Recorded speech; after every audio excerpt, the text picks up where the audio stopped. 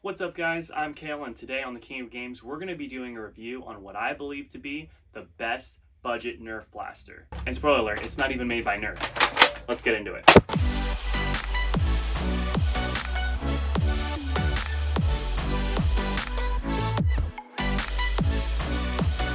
Okay, so this right here is the Dart Zone Magnum X2. The X2 in the name signifies that this is a sequel to the original Dart Zone Magnum. That blaster was already good, but this blaster improves upon it in almost every meaningful way. So let's talk about one of the most important factors, price.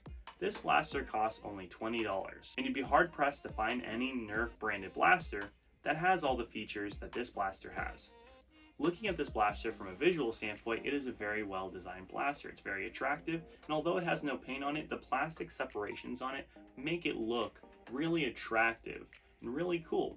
It has a built-in iron sight, no front attachment point, an angled foregrip that's built in, and an adjustable stock, which means that you can adjust it at any one of the set points in between its fully retracted position and its fully extended position, giving it the versatility for a wide variety of users.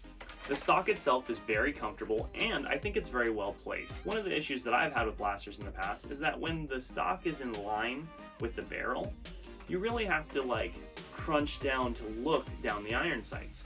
This blaster, that's not a problem. With the lower stock, it actually brings the blaster up to a very comfortable point to look down the iron sights. In addition to that, it provides a very stable point at its fully extended position for its top prime. But it is worth noting that it's not a difficult prime regardless.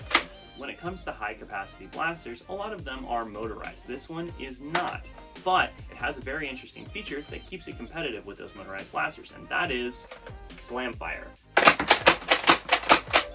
What Slamfire is a function where you can hold your trigger down instead of having to press it each time individually, and then you can fire by repetitively pulling back the prime instead of having to do both actions each time.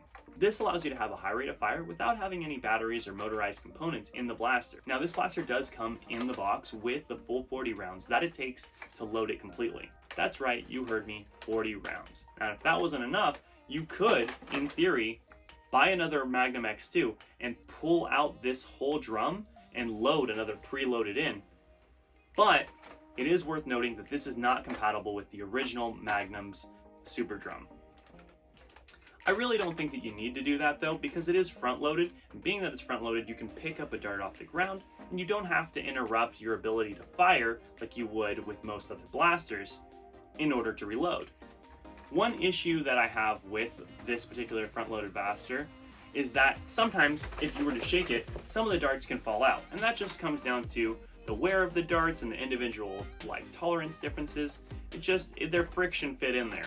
I haven't had this to be too much of a problem because most of the time you'll be aiming down the sights, but it is worth noting. So let's talk about the performance of this blaster. At 10 shots over the chronograph, it averaged at 74 feet per second. With a low of 68 and a high of 77, has a less than 10 FPS standard margin of error. I'd also say that it shoots very consistently. I managed to get not 2, but 3 shots at 75 FPS in a row. Now you've heard a lot about this blaster, and you might be thinking, okay, it's cool, but is it really the best budget blaster? You might even be thinking of the Spectrum or the Tomahawk 60 as a better option. Now personally, I would disagree. It's not that I don't like those blasters, I think they're great, but when it comes to being the best budget blaster, there's a few things that this blaster does better. Now for starters, with the Spectrum used to be available at the same price point when it was in green, but now is only available in red at $25, making it $5 more expensive. In addition to that, it requires batteries to operate. That means before you can shoot a single dart, you have to spend an additional $5 to $10 on batteries. And that brings the price of the Spectrum up to around $30, $35. In addition to that, it's a mag-fed blaster and only comes with a 10-round mag in the box. Now you absolutely could get more magazines for the Spectrum, but they're gonna cost you more money, which means that before you can reach the ammo capacity of this blaster, you're gonna likely be spending around $50 on the Spectrum, batteries, and some extra magazines.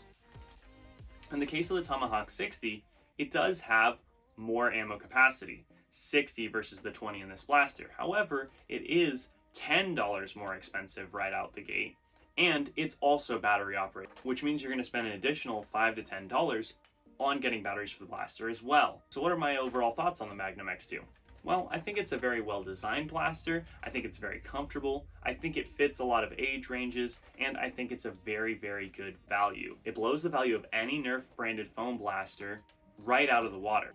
When it's all said and done, there is no blaster, in my opinion, that is as good a value as this blaster. But I want to hear from you guys. If you had to pick a blaster to grab 10 of and start a family Nerf war, what would it be? Let me know in the comments and maybe I'll cover it in a future video. Until next time.